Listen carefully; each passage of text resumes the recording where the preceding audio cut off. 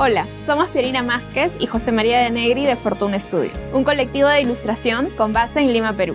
Somos artistas visuales especializados en ilustraciones que reflejen la vida cotidiana. Puedes encontrarnos en Instagram como fortunastudio.pe. Hemos colaborado con tiendas de diseño, proyectos editoriales y con marcas de moda independientes. Nuestro proceso empieza cuando intuitivamente dibujamos objetos o circunstancias presentes a nuestro alrededor. El color, las atmósferas y los pequeños detalles son muy importantes dentro de nuestras ilustraciones. Es por eso que trabajamos principalmente por capas y haciendo énfasis en texturas a través del óleo pastel y lápices de colores, para así capturar todo el detalle posible y poder transmitir un sentimiento cálido y acogedor en cada ilustración.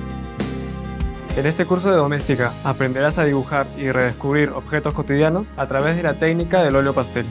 Como proyecto final, crearás una pequeña colección ilustrada que dé un giro creativo a los objetos personales más representativos de tu vida diaria.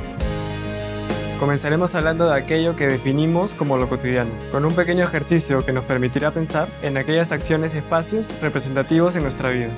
Luego nos familiarizaremos con el óleo pastel y los lápices de color, haciendo una serie de pruebas que nos ayudarán a determinar múltiples tipos de gradación, trazo y superposición de colores.